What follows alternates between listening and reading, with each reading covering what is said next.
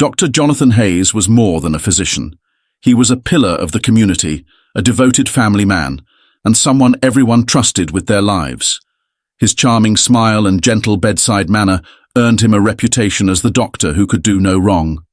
But beneath that calm exterior was a man living a double life, a life steeped in deceit, obsession, and murder. On April 15, 2019, Dr. Jonathan Reed, at 42, seemed to have everything a man could want. He lived in the affluent suburb of Fairhaven, Vermont, a picturesque town where everyone knew everyone. With his meticulously groomed salt and pepper hair and striking blue eyes, Jonathan was the epitome of success. A well-respected cardiologist, a loving husband to Claire, and father to two teenagers, Michael and Sarah.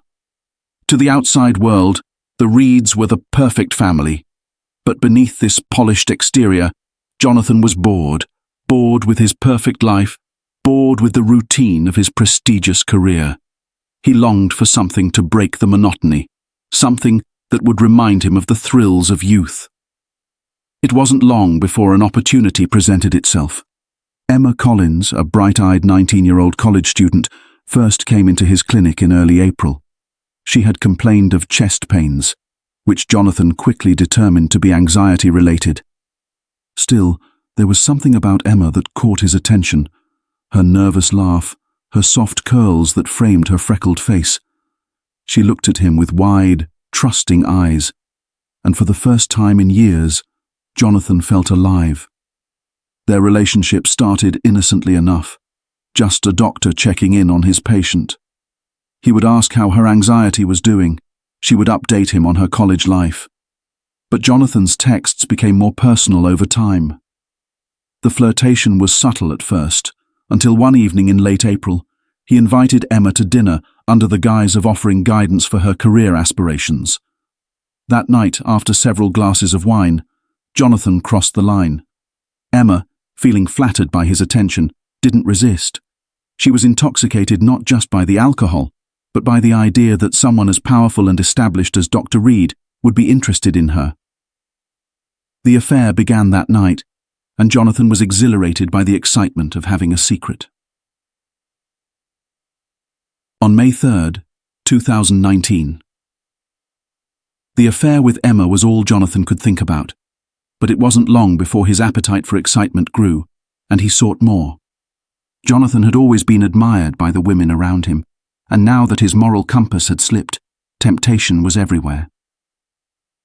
One night he met Lily Turner, a 21-year-old bartender working at a local pub. Jonathan had been there with colleagues for after-work drinks. Lily was stunning, dark hair, sultry eyes, and a personality that drew attention. When she served Jonathan, she gave him a flirtatious smile, and that was all it took. He stayed after his colleagues left, striking up a conversation with her. They exchanged numbers, and soon, Lily became the second girl in his secret life. Lily was bold and adventurous, completely different from the sweet and innocent Emma. Where Emma looked up to Jonathan, Lily was more of an equal, and he found the contrast exhilarating. With Lily he could let go, indulge in his darker fantasies. Their affair quickly became physical, and Jonathan was captivated by her fiery energy. He rationalized that he could handle both relationships. After all, no one was getting hurt, and his family didn't have to know. Meanwhile at home, Claire noticed Jonathan was coming home later than usual, but she didn't push him. After all, he was a busy doctor, and long hours were part of the job. She trusted him completely. By now, Jonathan was leading a double life. He balanced his time between his wife, Emma, and Lily, but still, it wasn't enough. That's when Jessica Meyer came into the picture. Jessica was the clinic's new receptionist, an 18-year-old fresh out of high school and eager to make a good impression. With her blonde hair tied in a neat ponytail and her wide, innocent smile, Jessica was the definition of naivety. Jonathan couldn't resist. The thrill of pursuing her was even greater because of her innocence, and he began subtly flirting with her at the clinic. At first, Jessica didn't think much of Jonathan's attention. After all, he was her boss, and she admired him like everyone else. But Jonathan's charm was undeniable, and he knew exactly how to play on her insecurities. He started complimenting her appearance, telling her how mature she was for her age. Jessica, feeling special for the first time in her young life, fell for him. Soon enough, Jonathan had Jessica wrapped around his finger. He would take her out on work errands, sneaking away to motels where they could be alone. Jessica believed she was in love, completely unaware that Jonathan had 2 other women in his life. For Jonathan, Jessica represented the ultimate conquest, a young girl who trusted him implicitly. But it was becoming harder to juggle all 3 relationships, and the pressure was starting to build. Jonathan's once precise life was beginning to spiral out of control. Managing 3 separate affairs with Emma, Lily, and Jessica was exhausting, but the thrill of it all kept him going. His marriage, meanwhile, was hanging by a thread. Claire noticed he was increasingly distracted, even when he was home. He made excuses about work, but Claire wasn't convinced. Still, she hadn't confronted him, yet. Jonathan tried to maintain control. He would meet Emma for lunch, then head to Lily's apartment later in the evening. In between, he sent flirtatious messages to Jessica, making sure she still felt like she was his priority. None of the women knew about the others, but that was about to change. Emma, who had been in love with Jonathan for months, started growing suspicious. She noticed his odd behavior, the missed calls, the times when he'd cancel plans last minute with no real explanation. One evening, as they sat in his car after a secret meeting, she confronted him. "Are you seeing someone else?" Emma's voice shook with fear. She didn't want to hear the answer, but she couldn't shake the feeling that something was off. Jonathan, caught off guard, denied everything. "Of course not, Emma. You're the only one." But Emma wasn't satisfied. She knew something wasn't right, and she started looking for clues. Jonathan's carefully constructed web of lies was beginning to unravel, and he was desperate to keep it together. Emma's suspicion grew with each passing day. Her relationship with Jonathan, once exciting and full of passion, now felt tense and uncertain. She started to notice inconsistencies, his unexplained absences, his excuses about late-night meetings, and the way he always seemed to be checking his phone. It wasn't just his words that troubled her, but the look in his eyes, like he was hiding something. Emma, feeling more desperate, decided to take matters into her own hands. One evening, she waited until Jonathan was at work and went to the clinic to confront him directly. She sat in the waiting room, her heart pounding in her chest. When he saw her, he looked startled, and that reaction only confirmed her fears. "Jonathan," she said, her voice trembling but determined, "I need to talk to you. Right now." He tried to brush her off, but Emma wouldn't let him. She pulled him into one of the empty exam rooms and closed the door. "Are you seeing someone else?" she demanded, her eyes filled with hurt. "I know you're lying to me. Just tell me the truth." Jonathan's mind raced. He couldn't afford to lose control now. If Emma found out about Lily or Jessica, everything would come crashing down. His career, his marriage, his carefully crafted life. It would all be over. He took a deep breath, forcing himself to remain calm. "Emma, you're overreacting," he said, his voice steady. "I've been busy with work, that's all. You know how stressful things have been lately." But Emma wasn't buying it. Her eyes flashed with anger. "Don't lie to me, Jonathan. I'm not stupid. If you don't come clean right now, I'll tell your wife everything." The threat hung in the air like a knife. Jonathan felt a surge of panic. He couldn't let Emma ruin everything. For the first time, he saw her not as the sweet, innocent girl he had been stringing along, but as a threat, one that needed to be dealt with. In his desperation, Jonathan made a decision. He smiled, stepping closer to Emma. "All right, you're right," he said, softening his tone. "I've been distracted, but it's because I've been trying to figure out how to end things with my wife. I want to be with you, Emma. You just have to trust me." The words were calculated, meant to diffuse the situation. Emma hesitated, her anger wavering. You... You're really leaving her? Jonathan nodded, pulling her into a hug. I promise, he whispered, knowing full well that he had no intention of keeping it.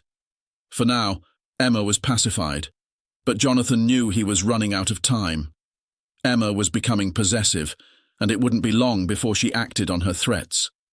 He needed a permanent solution. Jonathan couldn't sleep. Emma's ultimatum played over and over in his mind, a constant reminder that his life was teetering on the edge of ruin. He knew she wouldn't stay quiet for long. If she told Claire, or worse, went public, his entire career would be destroyed. Everything he had worked for would be gone. Desperation gnawed at him. He had tried to reason with Emma, but she was becoming more demanding.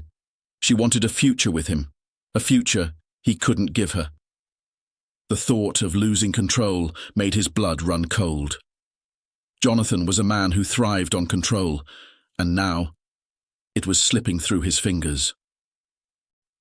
One evening, as he sat alone in his office, a dark thought crept into his mind. What if Emma were to disappear? It would solve everything. No more threats, no more blackmail, no more complications. The idea terrified him, but it also offered a twisted sense of relief. Jonathan spent the next few days planning. He didn't want to make any mistakes. Emma was young and naive. He could use that to his advantage. He invited her to his lake house under the pretense of spending a romantic weekend together. Emma, still believing his lies, eagerly agreed. On the night of September 12th, they drove to the secluded property. The lake house was isolated, far from any prying eyes. As they sat by the fire, Jonathan acted like everything was normal. He poured Emma a glass of wine, making sure to slip a sedative into her drink when she wasn't looking. Emma, oblivious to the danger, began to feel drowsy. I feel tired, she murmured, her eyelids growing heavy. Jonathan guided her to the couch, his heart pounding in his chest. He had never done anything like this before, but there was no turning back. Once Emma was unconscious, he wrapped his hands around her throat, his grip tightening until her breathing stopped. For a moment, Jonathan just stood there, staring at her lifeless body. His mind was numb, but there was no room for guilt. He dragged her body to the dock and pushed her into the lake, watching as the water swallowed her whole. In his mind, this was a necessary act, a means to protect his life from falling apart. 3 days passed, and Emma's family began to worry. She hadn't answered their calls or texts, and her friends hadn't seen her since the night she left for the lake house with Jonathan. Her parents filed a missing persons report, and soon the small town of Fairhaven was buzzing with news of Emma's disappearance. Jonathan, meanwhile, returned to his routine as if nothing had happened. He feigned concern when asked about Emma, telling her friends that he hadn't seen her since their last date. He was careful, measured in his responses. The police questioned him, but he remained calm, knowing that there was no evidence linking him to her disappearance. The media quickly picked up on the story, turning Emma's disappearance into a headline. Her face was plastered across the news: missing college student, Emma Collins. The town was gripped with fear, and search parties were organized to comb the surrounding areas, but no trace of Emma was found. Jonathan tried to remain composed, but the guilt began to weigh on him. At night, he couldn't sleep, haunted by the image of Emma's lifeless body sinking into the lake. He had thought that killing her would solve his problems, but it only created new ones. He had to be more careful with Lily and Jessica. He couldn't afford another mistake. Lily, meanwhile, was growing suspicious. She had seen the news reports about Emma's disappearance and knew that Jonathan had been seeing her. She began to piece things together, but she didn't yet know the full extent of Jonathan's darkness. The days following Emma's disappearance were a nightmare for Jonathan. Despite his outward calm, his internal world was unraveling. He was constantly on edge, checking the news to see if Emma's body had been found, if the police were closing in on him. But as the weeks passed and no new developments arose, he allowed himself to believe that he had gotten away with murder. Yet, even as one problem seemed to disappear, another was brewing. Lily had always been smart, too smart for Jonathan's liking. She began questioning him about Emma, her tone more accusatory than concerned. "You told me she was just a friend," Lily said one night, her eyes narrowing. "Now she's missing, and you act like it's nothing. What aren't you telling me, Jonathan?" Jonathan felt the familiar rush of panic, but he had learned how to control it. He had to remain calm, calculated. "Lily, you're being paranoid," he said, forcing a smile. "The police are looking into it. I told them everything I know. There's no need to worry." But Lily wasn't satisfied. The doubt lingered, growing each time she saw another news report or heard a rumor in town. The doubt lingered, growing each time she saw another news report or heard a rumor in town. She had seen enough of Jonathan's life to know he was hiding something, and she was determined to find out what. Lily wasn't just a girl infatuated with him. She was strong-willed, unafraid to confront him when she felt something was off. Jonathan sensed that it was only a matter of time before Lily started digging deeper. If she found out about Emma, or worse, if she discovered Jessica, his entire life would come crashing down. In his mind, the only solution was to make sure Lily never found out the truth. But unlike with Emma this time, he would need a different approach. Lily's persistence was becoming dangerous. She had confronted Jonathan several times now, each time with more intensity. She was no longer hiding her suspicions, and Jonathan knew it was only a matter of time before she went to the police. One evening, after another heated argument, Jonathan realized that he was losing control of the situation. Lily was threatening to leave, to expose him, and the fear of losing everything became overwhelming. He knew what he had to do. He invited Lily to his lake house, the same place where he had ended Emma's life. This time, however, he was more meticulous, more prepared. He needed to make sure there were no loose ends. As they sat by the fire, just like he had done with Emma, he tried to calm her down. "Lily, you're overthinking this," he said, pouring her a glass of wine. "I care about you. I just need time to figure things out." But Lily wasn't buying it. "Figure what out, Jonathan? I'm tired of your excuses. I know you're hiding something, and I won't let you drag me down with you." Her words were like a knife twisting in his chest. Jonathan couldn't let her leave. Not now. Not ever. As she turned to grab her things and storm out, Jonathan's hand shot out, grabbing her wrist. "Lily, wait!" he pleaded, his voice shaking. But she jerked her arm away, her eyes blazing with anger. In that moment, something inside Jonathan snapped. He couldn't lose control again. He wouldn't. In a fit of panic, he grabbed the fire poker from the hearth and swung it at Lily. She screamed, but it was cut short as the heavy iron struck her skull. She collapsed onto the floor, her body twitching for a few moments before falling still. Jonathan stood over her, breathing heavily, the poker still clutched in his hand. His mind was racing, trying to process what he had just done. He had killed again. There was no going back now. He knew what had to be done. Like Emma before her, Lily's body was dragged to the dock and dumped into the lake. As the water swallowed her, Jonathan felt a cold, sinking feeling settle in his chest. He had crossed a line once more, and this time it felt different. He was losing control of everything. Jessica had noticed something strange about Jonathan's behavior. He had been distant lately, avoiding her at the clinic and cancelling their secret meetings. She didn't know why, but she sensed that something was terribly wrong. It wasn't just his absence, it was the rumours swirling around town. Emma had been missing for months now, and now Lily had vanished too. Jessica's instincts told her that these disappearances weren't just coincidences. She had always trusted Jonathan, but now, for the first time, she questioned whether she really knew him at all.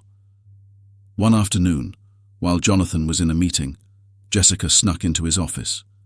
She had never done anything like this before, but curiosity and fear had taken hold of her. She rifled through his desk drawers, looking for something, anything, that would explain his erratic behavior. That's when she found it, a burner phone hidden beneath a stack of medical reports. Her hands trembled as she powered it on, scrolling through the messages. What she saw made her blood run cold. Messages to Emma, to Lily, intimate conversations that proved Jonathan had been seeing them both. Jessica's heart raced as she pieced together the truth. Jonathan had been involved with Emma, with Lily, and now they were both missing. She didn't want to believe it, but deep down, she knew. Jonathan was responsible. She had to get out, had to tell someone what she had found. But before she could leave, she heard footsteps approaching the office. Panicking, she shoved the phone back into the drawer and darted out, her mind reeling. Jessica's discovery had sealed her fate. Jonathan knew that if she ever found out the full extent of his lies, she would be next. He couldn't let that happen. The weight of his crimes was crushing Jonathan, but he knew there was no turning back. Jessica had become a liability, just like Emma and Lily. She had grown distant, and Jonathan could sense the fear in her eyes every time they spoke. He knew she had found out something, though she hadn't confronted him directly. One night, Jonathan invited Jessica to his house under the pretense of a quiet dinner. She hesitated at first, but curiosity and a lingering attachment to him drew her in. They sat in the dining room, the tension palpable. Jessica could barely eat, her mind racing with the revelations she had uncovered. Jonathan, on the other hand, was eerily calm. He had already decided what needed to be done. As they finished dinner, Jonathan excused himself to the kitchen. When he returned, he brought with him a small vial of clear liquid. Jessica's eyes widened in fear as he approached, the realization of what was about to happen washing over her like a wave. "Jonathan, no, please," she whispered, backing away. But it was too late. Jonathan grabbed her, forcing the liquid down her throat. Jessica struggled, but the drug worked quickly. Her vision blurred, and her limbs grew heavy. Within moments, she collapsed, her body limp in his arms. This time, Jonathan didn't bother with the lake. He couldn't risk another body being discovered there. Instead, he drove to a remote forest miles away, digging a shallow grave in the cold, hard ground. As he covered Jessica's body with dirt, he felt a hollow emptiness settle inside him. There was no thrill, no sense of relief, just the crushing weight of his sins. Jonathan's life had become a nightmare. The guilt, the fear, the lies, they were all catching up with him. Every time he saw his wife Claire, he felt sick with shame, knowing that she had no idea about the monster he had become. He had killed 3 innocent women, and the police were closing in. The search for Emma and Lily had intensified, and rumors were swirling about Jessica's sudden disappearance. Jonathan tried to maintain his facade, but cracks were starting to show. He was drinking more, barely sleeping, and his colleagues at the clinic noticed his erratic behavior. Claire, too, had grown suspicious. She knew something was wrong, but couldn't pinpoint what. She had tried to talk to Jonathan, but he shut her down every time, brushing off her concerns with empty reassurances.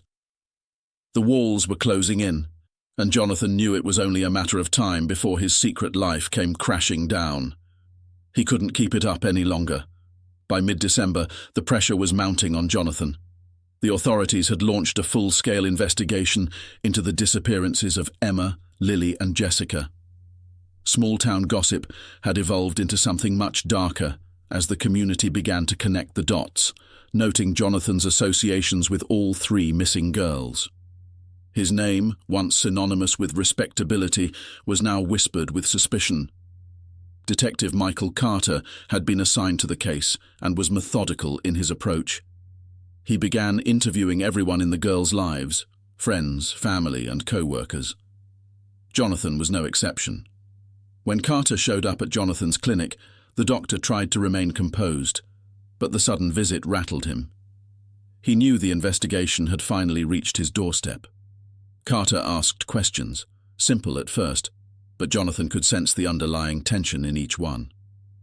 "How long had you known Emma?" Carter asked, his gaze steady, assessing every twitch and flicker of emotion. Jonathan kept his answers brief, sticking to the lies he had rehearsed in his mind.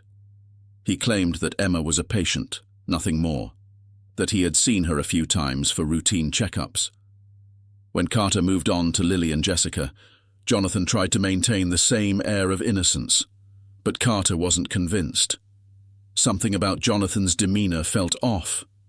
The more the doctor talked, the more Carter suspected that he wasn't telling the whole truth.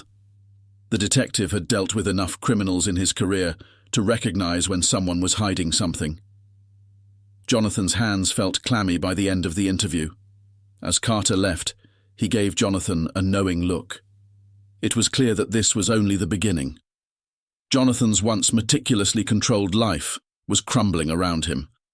The investigation intensified, and he knew that it was only a matter of time before the authorities discovered his involvement in the murders.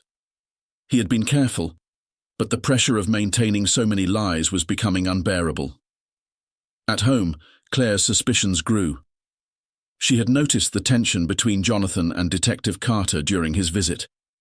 Claire had always trusted her husband, but recently she had begun to wonder whether she really knew him at all. One night, unable to shake the feeling that something was horribly wrong, Claire decided to search Jonathan's things. She had never gone through his private belongings before, but desperate times called for desperate measures.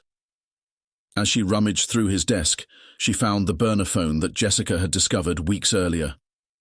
Her heart raced as she scrolled through the messages, realizing the depth of Jonathan's deceit. Messages to Emma, to Lily, and to Jessica. All of them intimate, all of them damning.